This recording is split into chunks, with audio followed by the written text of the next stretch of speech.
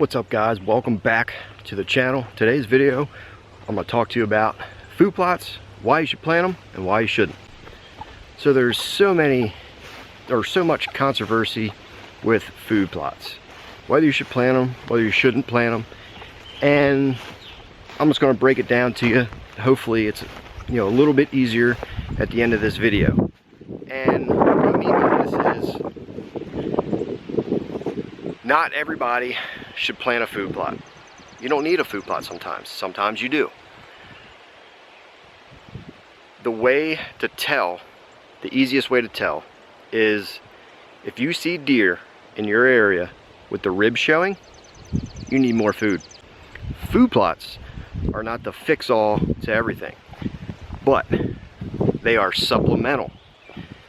Natural browse, bushes, shrubs, briars, oaks, fruit trees, nut trees, all that stuff is there pretty much year round. Natural browses.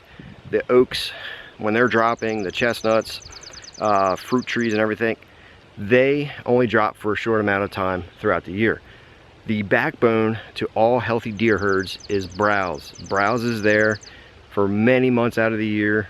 If you're in the south, you have more of a growing season that lasts longer into the season. If you're up north, then you have less browse when it becomes, into the later stages of fall, into the winter. The property that we are on now has leaped and bound differences than it was last year. It's been 1 year, and it's been huge improvements on this property.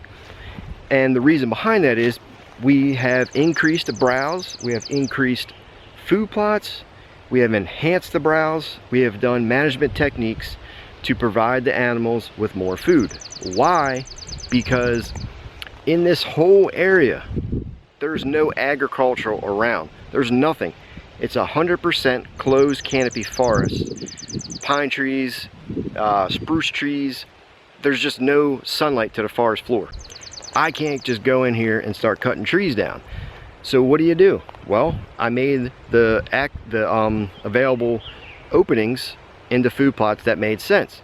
Now, if I was in an area that had agricultural around and I had this 3-acre food plot, most likely it would be no point whatsoever to plant summer food plots, spring and summer food plots, because they have so much agriculture around. Your little 3 acres or 2 acres, 1 acre, half acre, wherever you guys are planting, it just doesn't make sense to plant because it's going to provide very little benefit when they have 10, 20, 30, 40, hundreds of acres of ag around. This property was very poor when I first got it. All the deer that we saw, they looked sick, the ribs was showing, they were full of ticks, there was just no food. This opening here, it's almost 3 acres. I cut a few trees down just to provide extra sunlight, get them out of the way, and we made do with what we had here. This field was basically nothing, just like nothing was growing in it. It was very poor. It hasn't been worked in like 30 some years, I believe was what the landowner told me. It was rocky, there was just nothing here whatsoever. This property is full of pine trees and spruce trees and cedar. It's just a mess. There's no sunlight to the forest floor.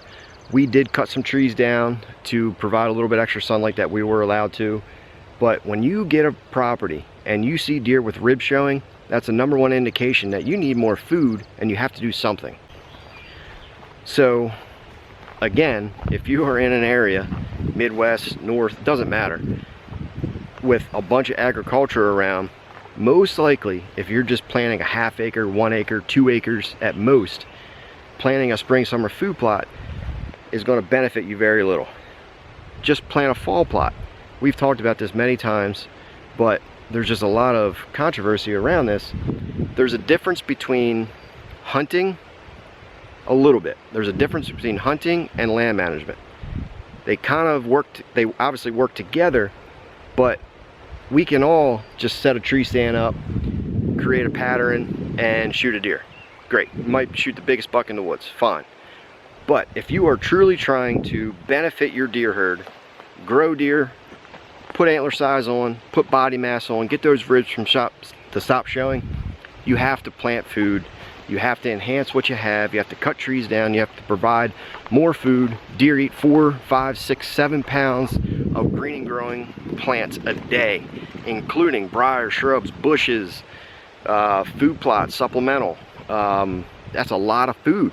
You have to provide that extra food if you don't have it on your property. Now, if you have, if you're in the Midwest and you have a bunch of just hedgerows and open fields, you're going to have tons of browse, you're going to have tons of agriculture around, and the deer are going to be full, the ribs aren't going to be showing, and they're going to be happy.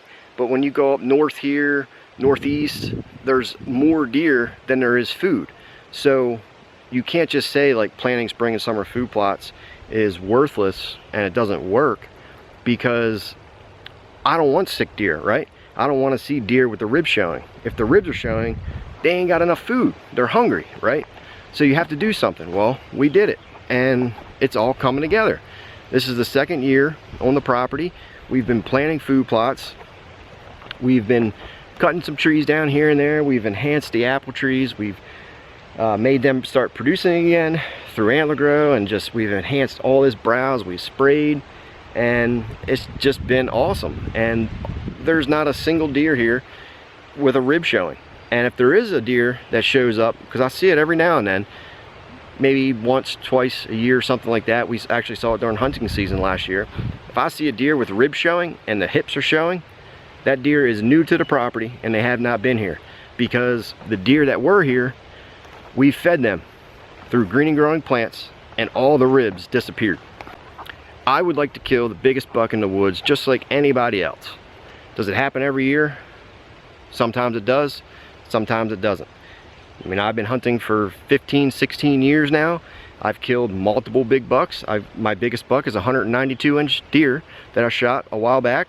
I've shot 140-inch deer, 150-inch deer, 120-inch deer, 150-inch deer. It just depends. It doesn't happen every year. I don't hunt every day.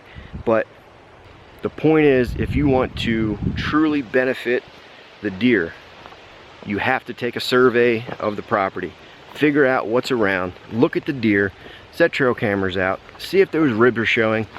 If they're not showing, most likely you have an adequate amount of food. If the ribs are showing, you have to do something, whether that's supplemental feeding through green and growing plants through food plots, enhancing the browse that you already have, cutting down some trees to create fresh growth, hinge cutting, hack and squirt methods. Provide more food, the ribs will disappear, and you'll have a better end game. There's going to be people that disagree with this video, and that's fine. I don't really care. But there's going to be somebody that says, oh, well, I dump corn out, I feed the deer. You're not feeding deer with corn. You're providing them with a little bit of energy, some carbs. You're not growing deer with corn piles. All you're doing is making those deer more skittish through, I've done this, I've been there, done that. You're making the deer more skittish through corn. If you are going to use corn, because corn is a great attraction, but besides growing deer, you're not growing deer with corn.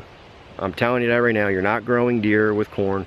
If you want to use corn for an attraction, I'm not against corn, but to say that you're growing deer with corn is completely wrong. It does basically nothing to the deer. If anything, in my opinion, it actually hurts the deer.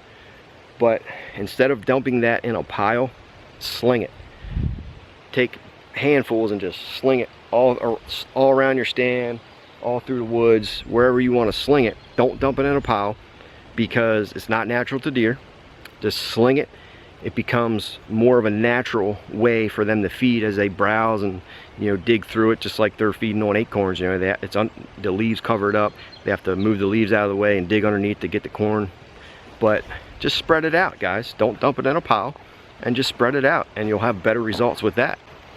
Hopefully this video helps you guys. If you guys have any questions regarding the video, leave a comment down below. Give the video a thumbs up, and I'll see you guys next time.